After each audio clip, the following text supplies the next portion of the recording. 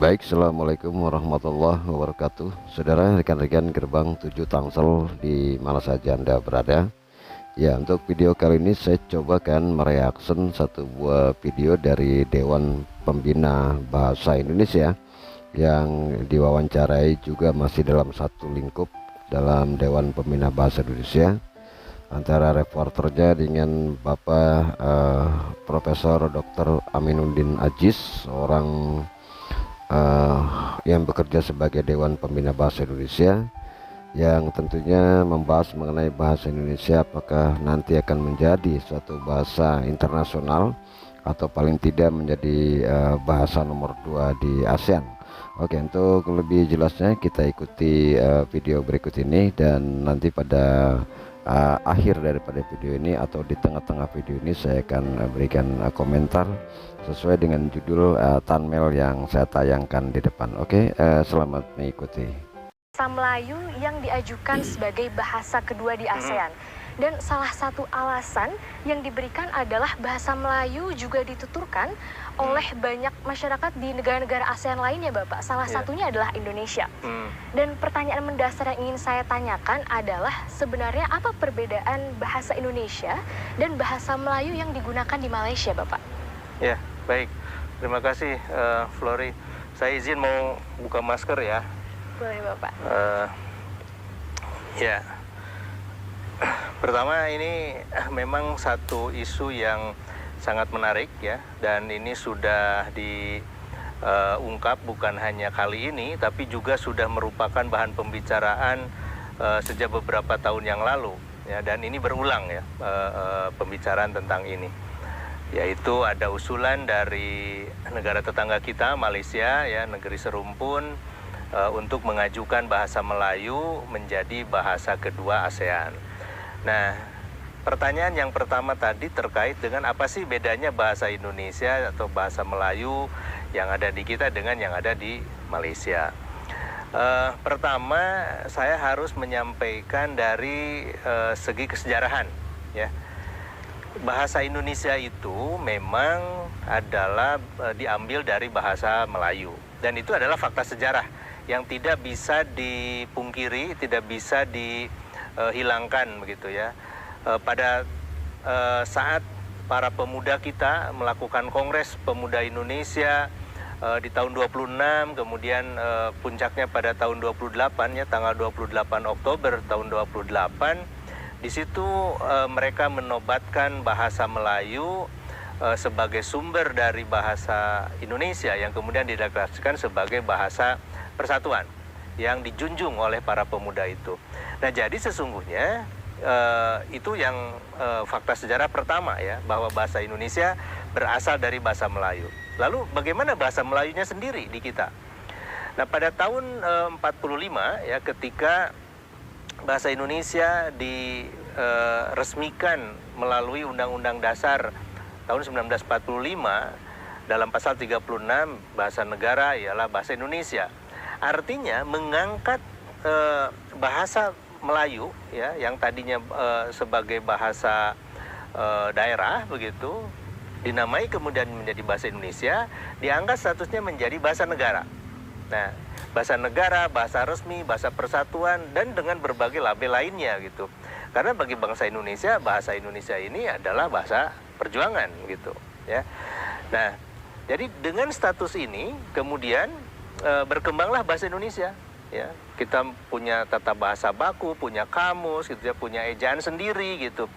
Yang itu semua awalnya didasarkan dari bahasa Melayu. Nah, bahasa Melayu sendiri di kita tetap sebagai bahasa daerah.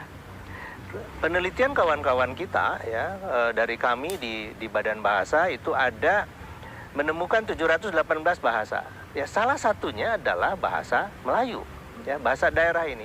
Jadi perbedaannya adalah bahasa Melayu statusnya di kita adalah bahasa daerah, bahasa Indonesia adalah sebagai bahasa nasional.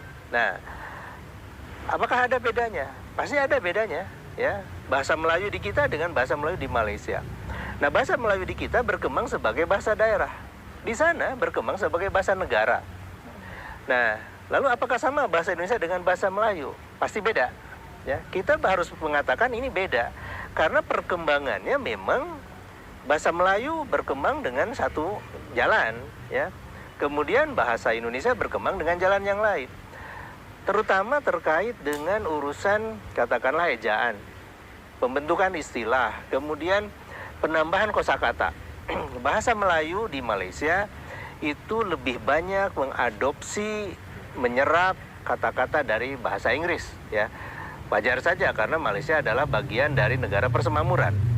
Sedangkan bahasa Indonesia itu berkembang, ya, pada arahnya sendiri dengan memperkaya diri, ya, bahasa Indonesia ini dengan menyerap istilah-istilah dari berbagai bahasa asing, bukan hanya dari bahasa Inggris, tapi juga banyak dari bahasa Belanda, Portugis, Arab, Cina gitu ya, kemudian Jepang dan lain-lain gitu, ditambah dengan bahasa-bahasa daerah begitu.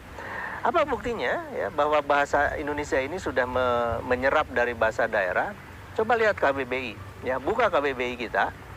Pada awal KBBI itu label bahasa daerah itu hanya belasan, ya, berarti hanya sedikit sekali dari bahasa daerah yang diambil menjadi kosakata bahasa Indonesia. Tapi KBBI kita yang tahun ini nih, yang pemutakhiran terbaru edisi kelima, itu sudah menampilkan lebih dari 137-an bahasa daerah yang masuk istilahnya ke dalam bahasa Indonesia. Artinya di sini perkembangan bahasa Indonesia itu berbeda dengan bahasa Melayu. Nah ini pembeda yang paling utama, ya. Kalau dikatakan apa bedanya yang bahasa Indonesia di kita, bahasa Melayu di kita dengan bahasa Melayu di Malaysia, begitu. Baik, berarti bisa disimpulkan ya Bapak bahwa sebenarnya perkembangan bahasa Indonesia dan bahasa Melayu di Malaysia itu sendiri juga sudah jauh berbeda begitu ya Bapak? Sangat beda, ya. Baik. Sangat beda. Baik, tetapi apabila kita melihat pola perilaku negara-negara pada umumnya, tentu setiap negara memiliki visi misi untuk membuat bahasanya tampil sebagai bahasa internasional, begitu Bapak. Nah, faktor-faktor dan syarat apa saja sebenarnya yang bisa membuat suatu bahasa itu menjadi bahasa internasional? Dan apakah bahasa Indonesia memiliki potensi tersebut, Bapak? Ya, kalau bertanya tentang potensi ya, bahasa Indonesia ini kan dituturkan oleh ratusan juta orang. Ya, penduduk Indonesia saja itu sudah 276 juta orang. Kalau saja misalnya penduduk kita yang ya katakanlah anak-anak balita yang belum berbahasa Indonesia, ya, kemudian warga negara Indonesia yang tinggal di pedalaman yang belum tersentuh dengan pendidikan bahasa Indonesia, mereka belum bisa berbahasa Indonesia. Katakanlah itu ada sampai 20-30 juta ya, atau besar-besarnya 50 juta lah. Berarti masih ada 220 juta orang penutur bahasa Indonesia di kita. Lalu kita lihat juga di negara-negara lain ya yang belajar bahasa Indonesia. Nah, potensinya besar nggak? Oh, sangat besar ya. Bila dibandingkan dengan bahasa-bahasa yang lain begitu ya, misalnya bahasa kita ini memiliki potensi dari segi penutur, itu pertama. Yang kedua dari segi persebaran ya. Nah, lalu persyaratannya apa itu untuk menjadi bahasa internasional? Kita harus melihatnya dari dua sisi. Ya. Pertama, bahasa internasional dilihat dari sisi keterpakaian. Ya, artinya ketika bahasa ini dipakai oleh banyak masyarakat di dunia, itu sebetulnya bahasa itu sudah menginternasional. Itu satu. Yang kedua, dilihat dari bahasa itu dipakai sebagai bahasa resmi organisasi internasional. Nah, untuk menjadi bahasa resmi di organisasi internasional ini yang berat bagi bahasa apapun. Mengapa? Karena harus ada penerimaan dari anggota organisasi itu. Apalagi di ASEAN gitu ya, katakanlah tata caranya begitu. Kalau tidak disetujui oleh semua anggota ya nggak bisa gitu. Nah, kita mengusulkan bahasa Indonesia misalnya, kemudian Malaysia menolak, ya nggak bisa. Malaysia mengusulkan bahasa Melayu, kita nggak mau, ya nggak akan bisa gitu.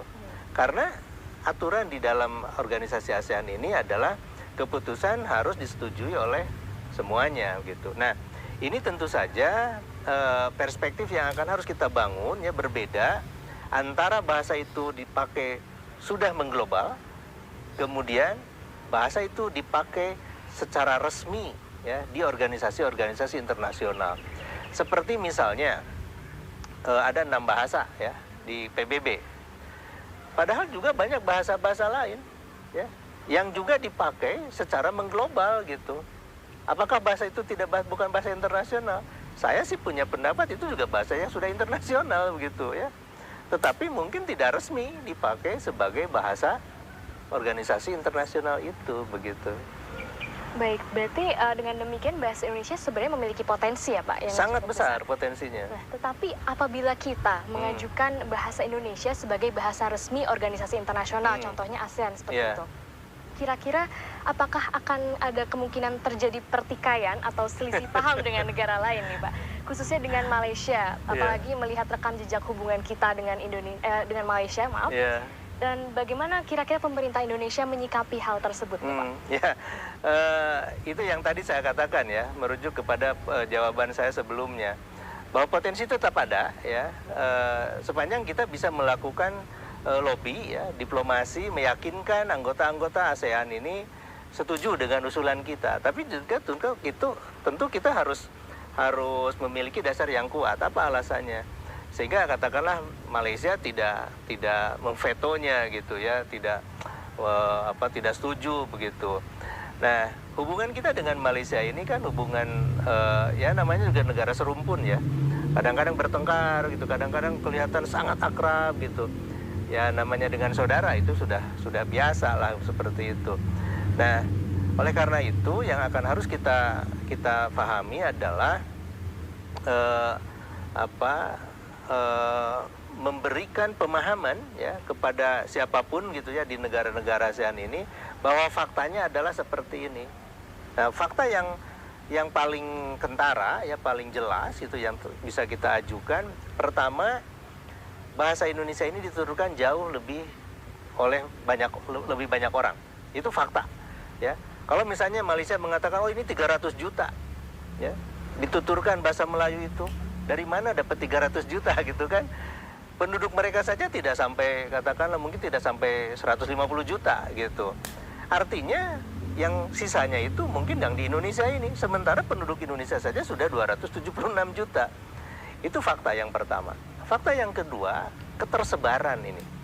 Ketersebaran bahasa Indonesia, kalau kita lihat catatan yang sudah kita miliki ya, bahasa Indonesia ini kan kita ajarkan di 47 negara. Ya. 47 negara itu mengajarkan bahasa Indonesia, bukan mengajarkan bahasa Melayu. Buktinya apa? Kami dari Badan Bahasa ini menyebarkan guru-guru. Penugasannya ini sudah sampai sekitar 1.200-an.